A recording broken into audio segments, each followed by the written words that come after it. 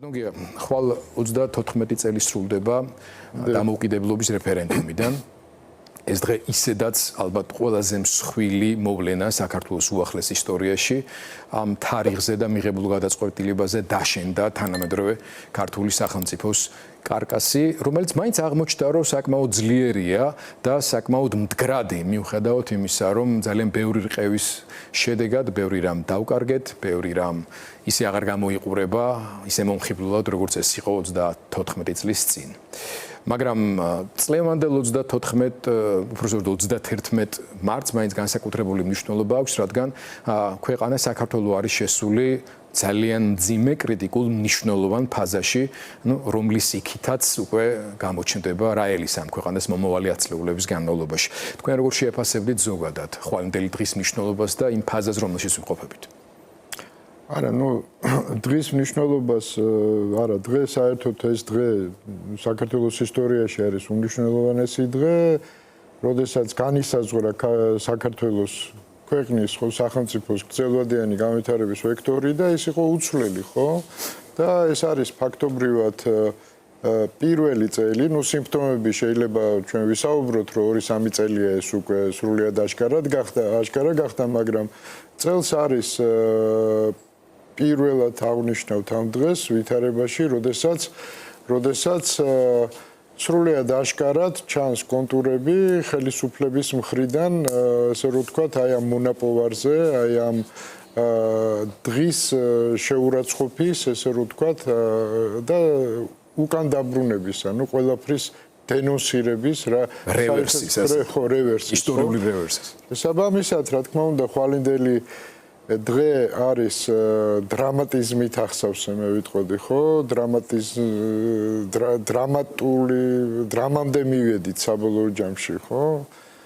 და რა ვიცი, ეხლა თვითონ რა მოხდება ხვალინდელ დღეს, ამას ხვალ ვნახავთ, რა თქმა უნდა, ხო? საერთოდ დღეებით არ წყდება სისტემურ საკითხებს, სისტემური მიდგომები უნდა, ხვალ, რა თქმა უნდა, ქართულმა საზოგადოებამ უნდა აჩვენოს თავისი ურყევი ნება, რომ არ დაუშვებს აი ამ ესე რომ ვთქვათ დაბრუნებას აი იმ სივრცეში, რუსეთის იმპერიაში, საერთოდ მიყავს ხელისუფლებას საქმე, სრულიად აშკარად ჩანს. თქვენი დაბარება საერთოდ ნონსენსია, ხო, ეხლა ეს საერთოდ ვერ გავიგე რაში წერია, თუმცა არის ამაში ლოგიკა, ისინი ყველა ესე რომ ვთქვათ საზოგადოებრივი პოლიტიკური ცხოვრების ყველა პროფესიულ თუ სოციალურ ჯგუფში არჩევენ ადამიანებს და მერე მათ საქმეებს კიდებენ, ესე რომ ვთქვათ, ხო, და ამით ცდილობენ, რომ რაღაც პრესინგი განახორციელონ მთლიანად საზოგადოებაზე და აი ეს ძალაუფლების ბულემია, რითაც ისინი არიან დაავადებულები აბსოლუტიზაციისკენ მიმავალ გზაზე, თვლიან, რომ ეს არის სწორი ტაქტიკა, ხო? ბატონო, ჯერჯერობით ამ ეტაპზე ის რაზეც ჩვენ ვსაუბრობთ განსაკუთრებით ავენთ პასუხისმგებლობიდან და როლიდან გამომდინარე პოლიტიკური პარტიები და ლიდერები უფრო მეტად არსებული სიტუაციის შეფასების ნაწილია ძალიან ობიექტური, ზოგჯერ კიდევ უფრო ზედმეტად ხისტით, მკაცრით, ზოგჯერ შედარებით რბილით, მაგრამ შემაკავებელი მექანიზმები, რომელიც ამ პროცესს, ანუ სრული ავტორიტარიზმის სრული კონსოლიდაციისკენ მავალ აი ამ რაღაც რეჟიმის რეპრესიულ მანქანას არაჩერებს, სამართლებრივად არაჩერებს. თუმცა არსებობს გარკვეული მექანიზმები, რომელიც მუშაობს და ხელისუფლების ამ ტრაექტორიის გათვალისწინებით შეუძლებელია, რომ არ დამძიმდეს. მაგალითად, დასავლეთის რეაქცია ამაზე, ხო? იქნება ეს ევროკავშირი, ბრიტანეთი თუ ამერიკის შეერთებული შტატები, ხა პარტიებს აუგზავნავთო, რაც არ უნდა გულშემატკივარი ხავდეს ორბანის სახით, ტრამპის გარემოცვაში ვიღაცას, შეუძლებელია, რომ კარგი ამბავია ესო ვინმე თქვა. სხვა მეგობარი აქტის და შესაბამისი აღმასრულებელი პოლიტიკის ფორმირება უბრალოდ გარდაუვალი იქნება. რა უნდა გააკეთოს აქ ქართულმა საზოგადოებამ და პირველ რიგში პოლიტიკურმა ძალებმა, მათ შორის პრეზიდენტ სალომე ზურაბიშვილის როლზეც ვილაპარაკოთ, იმისთვის, რომ პროცესები ხელოვნურად არ დაჩქარდეს, მაგრამ ისეც არ შენელდეს, რომ შემდეგ ამის უკან შემოbrუნება შიგნიდან შეუძლებელი იყოს. ხო, მე ხშირად მithქვამს და ეხაც გავიმეორებ, რომ ხელისუფლება აღიარებს მხოლოდ ძალას, ხო? ისინი ფსონს ჩამოდიან ძალაზე და არანაირ დიალოგში არ შედიან, მონოლოგის რეჟიმში მუშაობენ. კომპრომისი მათთვის არის სისუსტის გამოვლინება, თავისთავად ესე რომ ვთქვათ, ესე ჩამოყალიბდნენ და აქედან გამომდინარე ძალას უნდა დაუპირისპირდეს კიდევ უფრო დიდი ძალა, რომ შედეგი მივიღოთ, ხო? და დავაბრუნოთ ქვეყანა ნორმალური კონსტიტუციური განვითარების ჩარჩოში. ამ ძალის ფორმირება შესაძლებელია ორი კომპონენტისგან. ეს არის საგარეო კომპონენტი და ეს არის საშინაო კომპონენტი და ამ ორი კომპონენტის სინქრონიზაცია გარკვეულ სინერგიას ბადებს, რაც აუცილებლად მიიყვანს შედეგამდე, იმიტომ რომ ზუსტად ამ სინერგიაში არის იმ ძალის ფორმირების პოტენციალი, რასაც შეუძლია ხელისუფლება შეაკავოს, გააჩეროს და დააბრუნოს ქვეყანა ნორმალურ გზაზე, ხო? საგარეო ფაქტორები გასაგებია, საგარეო ფაქტორები მუშაობს, მიუხედავად იმისა, რომ ბოლო პერიოდში გარკვეული ბუნდოვანება გაჩნდა ამ საკითხში, ხო? კარგი დინამიკა იყო აკრეფილი, მაგრამ ეს შეერთებულ შტატებში ცვლილებებმა შემოიტანა რაღაცა ესეთი გლობალური გაუგებრობა, მოდით ესე ვთქვათ, ხო? ვუწოდებთ ქაოსს. ეს მარტო საქართველოს არ ეხება, ხო? და ამ ბუნდოვანებით გარკვეულწილად ისარგებლა ხელისუფლებამ და შენელდა ეს პროცესი.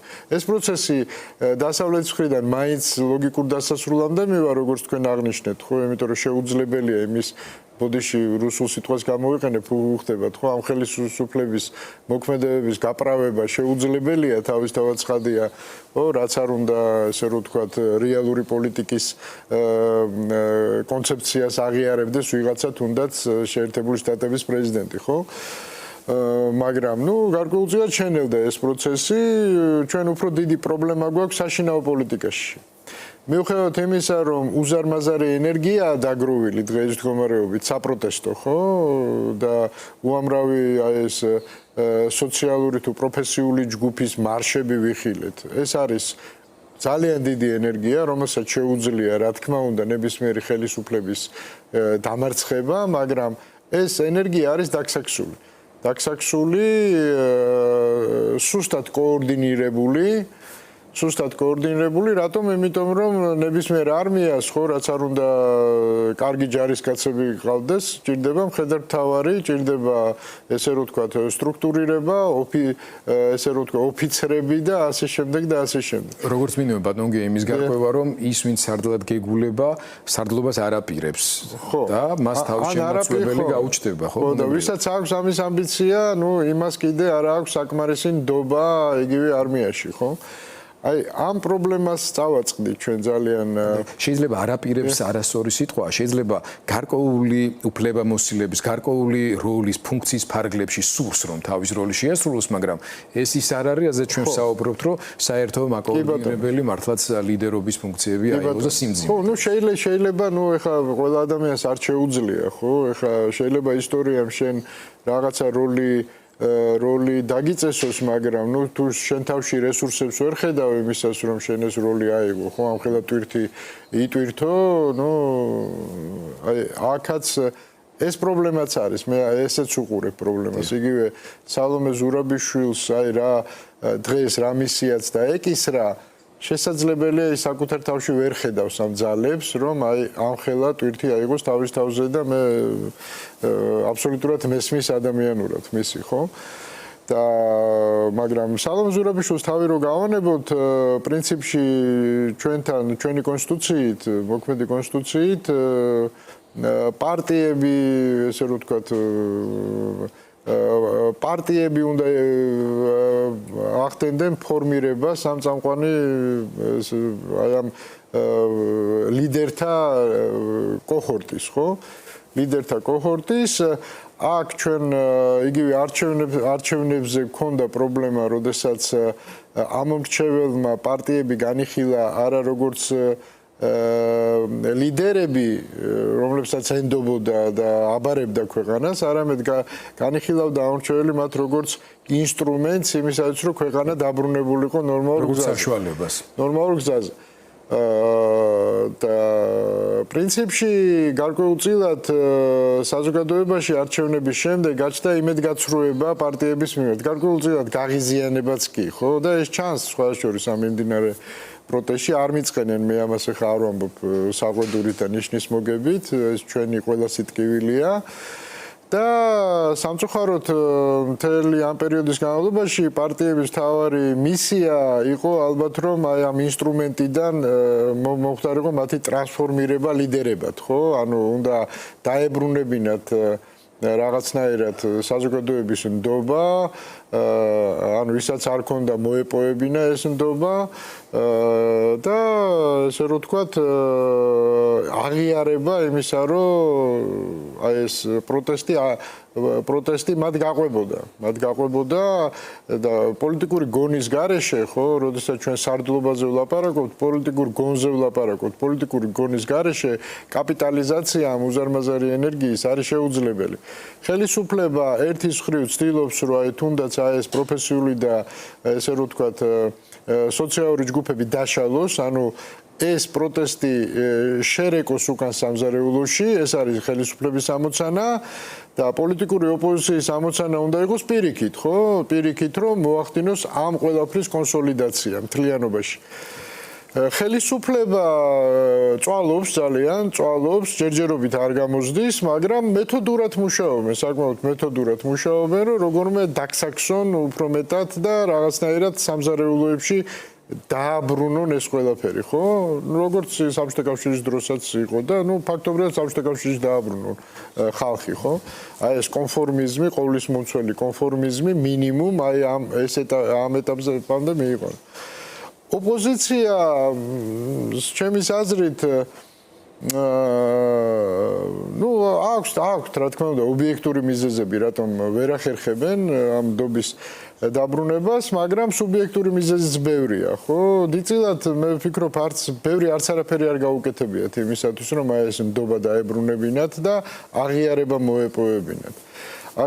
მოეპოვებინათ და აი აქ გვაქვს სერიოზული პრობლემა. რაღაც აი მე რჩება განცდა, რომ ზოგიერთი ოპოზიცია ყველაზე არ ვიტყვი, ხა მე ვიცი, რომ ძალიან შემართებულები არიან ინდივიდუალურ დაჭერებსაც უყურებთ, აი ეგერ ბოლო წარმოუდგენელი ფაქტი. ყველაზე ამაზრზენი რაც მოხდებოდა ელენე ხოშტარიას ამბავი და მე პირად ესე რომ ვთქვათ, გამბედაობას მათ არ უწუნებ, ხო? მათ უფრო უწუნებ აი ამ რაღაც პოლიტიკურ გარკვეულწილად კონფორმიზმი დავარქვათ ამას. აი რჩება განცდა, რომ მათ აქვთ პრეტენზია, რომ იყვნენ მძღოლები, ბენეფიციარები საბოლოო ჯამში ხელისუფლების ცვლილების, ხო ისინი არიან.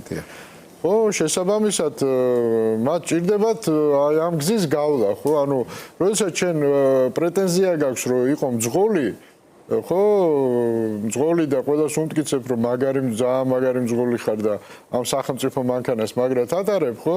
საჭესთან უნდა დაჯდე.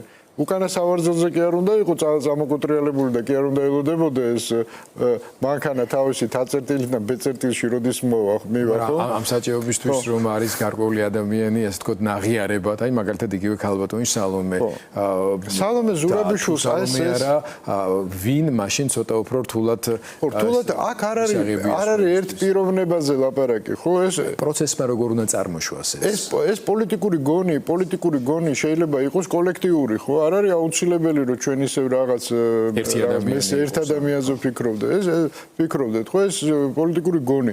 ელემენტარულად აი დღემდე ის ვერ მოახერხეს, რომ ესე რომ აი დღემდე არის ლაპარაკი ერთიანობა თუ კოორდინაცია, ხო?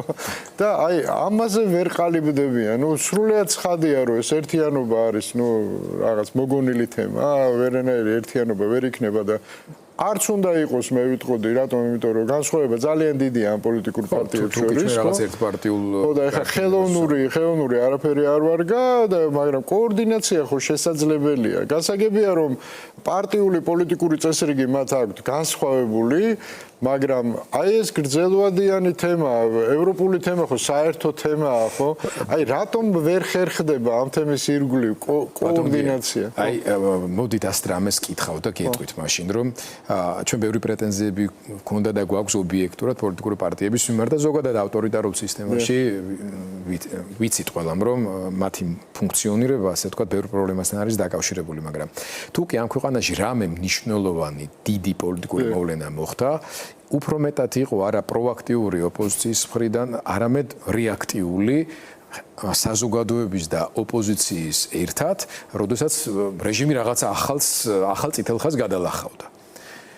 ახლა მე მაქვს ისეთ შეგრძნება, რომ ოპოზიციის მიმართულებით რაიმე განსაკუთრებული იმედების შენარჩუნება შეიძლება სულაც არ იყოს, ასე ვთქვათ, მთლად პროდუქტიული და ის, რასაც აკეთებს რეჟიმი უკვე დაანონსებით ღიად, არჩევნებამდეც თქვა, ახლა უბრალოდ კონკრეტული ნაბიჯები დასახა პარტიების აკრძალვასთან დაკავშირებით, ანუ კლასიკური ტიპის ერთადერთი რომელ სტრატეგიული შეთანხმებასაც ასრულებენ ჩინეთის კომუნისტურ პარტიასთან, ხო, რომ ერთპარტიული სისტემა ჩამოაყალიბონ, ეს ავტომატურად თვითონ უბიძგებს ამ პარტიებს, რომლებიც მე პარტიები ვეღარ იქნებიან, პარტიული ჩარჩოდან გამოვიდნენ, იმიტომ რომ ეს ჩარჩოც აღარ იქნება.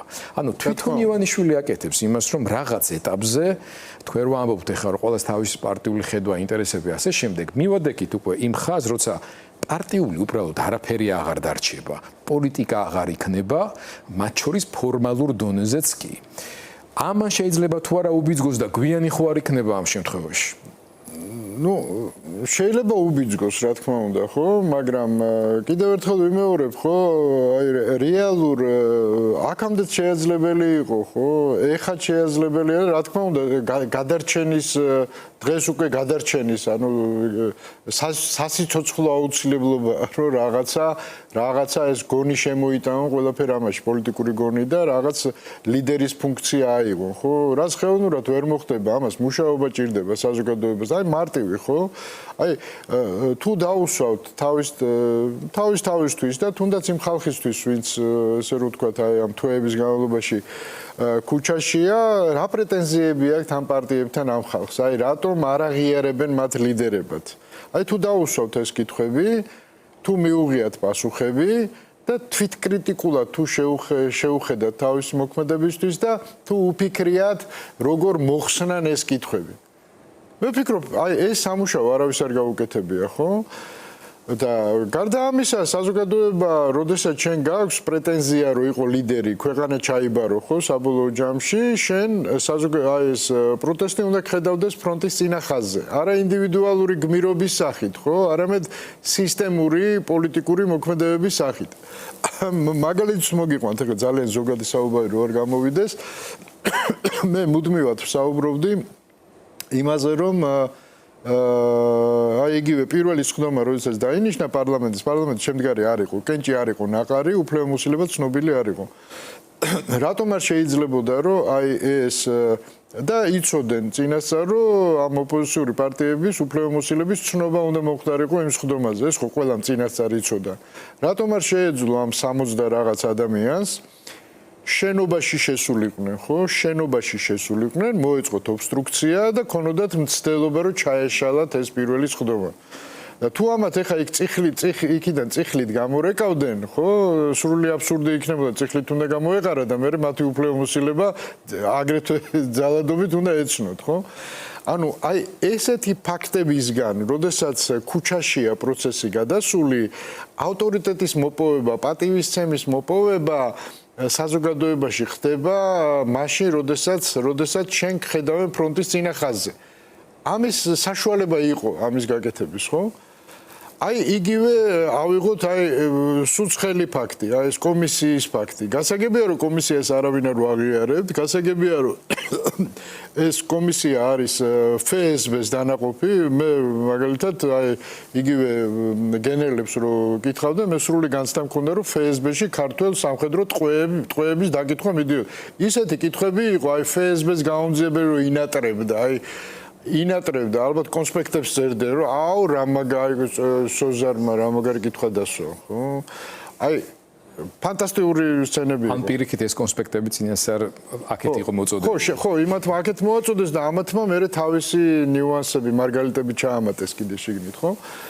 ხო და რომელიმე პოლიტიკოს შეეძლო მისულიყო იქ. აი, როდესაც ლიდერობაზე გაქვს პრეტენზია, სააკაშვილს გაგახსენებთ, ხო? ეხლა სააკაშვილი გახსოვთ, ხო, ის იმას რო აფრიალებდა ეს იმას საკრებულოში იყო ჯერ კიდევ, ხო?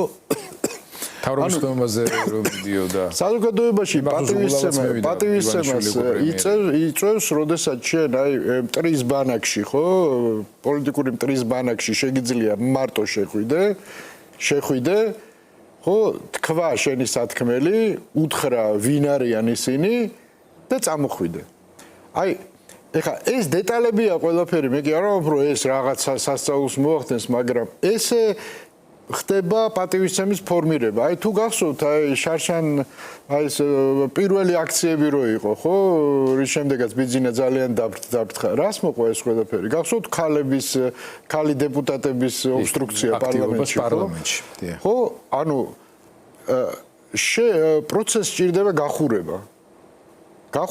თან ისეთი გახურება, რომლის შემდეგაც დაიბადებიან ლიდერები. და ლიდერები არიბადებიან ეთერებში ჯდომით და სწორი რაღაცების ლაპარაკით. მე არ ვამბობ, რომ ეხლა რამეს არასწორს ამბობენ. ყველაფერს სწორს ამბობენ, დაალაგებული ტექსტები აქვთ, ყველაფერი, მაგრამ პოლიტიკოსი არის ესე რომ ვთქვათ ფიგურა, რომელიც უნდა მოქმედებდეს, კომენტატორად კი არ უნდა იქცეს. ის უნდა მოქმედებდეს თან ისე რო ძალას ასხივებდეს, ხო? ძალას ასხივებდეს და აი ძალის დემონსტრირება უნდა ხდებოდეს. აი ეს დღის წესრიგიც ერთის მხრივ აი ეს წარმოუდგენელი ფაქტები, რაც ვნახეთ ჩვენ ამ ელენე ხოშტარიასთან დაკავშირებით. ნებისმიერი სხვა ხო წამების უამრავი ფაქტი ვიცით, ხო? პოლიციაში და ასე შემდეგ. კი, ეს საზოგადოებამ უნდა იცოდეს, მაგრამ საზოგადოებას აგრეთვე ჭირდება დანახვა, რომ მარტო სწორ რაღაცებს კი არ ლაპარაკობს, მარტო სურვილი კი არ აქვს, შეუძლია კიდევაც. აი ეს შეძლება, თუნდაც პირადი, აი ესეთი პოლიტიკური გმირობის სახით, ესეთი ფაქტები უნდა დაგვანახონ ამ პოლიტიკოსებმა, ხო? ამ შემთხვევაში მათი თუნდაც პარტიულ ხაზებს იქით ერთმანეთის თანადგომა, სიტყვა თანადგომას ხوار ამ შემთხვევაში ძალიან მნიშვნელოვანია, რესურსები დღითი დღე უფრო მეტად შეიზღუდება და შესაბამისად ყველა ამიტომ უნდა იჩქა სანამ დროა. ეხლა თავარი პრობლემა ოპოზიციის ის კი არ არის, რომ ხელისუფლებასთან რაღაც იმაში კლინჩი შევიდა. თავარი პრობლემაა, რომ საზოგადოების ნდობა დაიბრუნონ, რომ მათ დაძახილზე მათ სიტყვას ფასი დაედოს, წონა დაედოს აი ამ პროტესტში და მათ დაძახილზე ხალხი ქუჩაში გამოდიოდეს. აი ეს ჭირდება თვალინდელუძე 11 მარტზე მის მნიშვნელობაზე, ხალხმრავლობის აუცილებლობაზე რა სიტყოდით, არა მარტო კონკრეტულად. აუცილებელია და მე ეჭვიც არ მეპარება, რომ ხვალ ძალიან ბევრი ხალხი იქნება, მაგრამ კიდევ ერთხელ ვამბობ, ხო, ხელისუფლების გათვლა რაზეა, დაღლაზეა, ხო? ისინი რაზე ითვლიან, რომ გამოვლენ, კაი, ძალიან ბევრი ხალხი შეიკრიბება 100,000 კაცი, ჩვენ ვიტყვით, რომ შეიკრიბება 5,000 კაცი, ხო? რას აკეთებენ მუდმივად, ხო? ჩვენ ვიტყვით და თუ ერთი დღით ყველაფერი სრულდება, რა ამერე, ხო? ანუ სისტემური მუშაობა საჭირო ორიენტირებული შედეგზე. დაღლაზე ხო არ არის ჩვენ ისე იმად დაღვლით თუ ისინი ჩვენ დაგვლიან, ხო? და იმაზე რომ თავის ჩამოიშლება. ეს ყველაფერი რაღაც ლოგიკურ ფინალამდე უნდა მიდიოდეს. თავის პიკები უნდა კონდეს და ამას ჭირდება პოლიტიკური გონი, ანუ პოლიტიკური ლიდერი ჭირდება, რომელიც ამის მენეჯმენტით იქნება დაკავებული, ხო? ხო და ამას კიდე თავისთავად ნდობა ჭირდება. ეხლა მე რომ პროტესტში ხალხს უყურებ და პოლიტიკური პარტიები არ დაგვენახოთო, იძახიან, ხო? გული მტკივა. და თვითონ ეს არ აწუხებთ პარტიებს? რატომ არის ეს განწყობები საზოგადოებაში? მე მგონი აწუხებთ და ეცდები რომ ეს ყველაფერი უნდა გადადგა მცდელობა, აი რეალური მცდელობა, ეთქობა ცუდად ცდილობენ, იმიტომ რომ რაღაც კონკრეტული, აი კი ბატონო, კომუნიკაცია თუ არ გამოსდით, რაღაც ფაქტები შექმნან რა, ისეთი, რითაც მე მგონი ხვალინდელი დღე ამ თვალსაზრისით წმინდა ორგანიზაცია მიჯნა იქნება იმ გაგებით, რომ ალბათ ქალბატონი სალომესგან იქნება რაღაც განაცხადი და ეს პარტიებიც თავიანთი აქტივობის პერსპექტივა სხვა თვალით შეხედა. ღმერთმა ქნას ესე იყოს, კი ბატონო. მადლობა ძალიან დიდი ბატონ გიახ უხაშვილს, მას დამშვიდობები.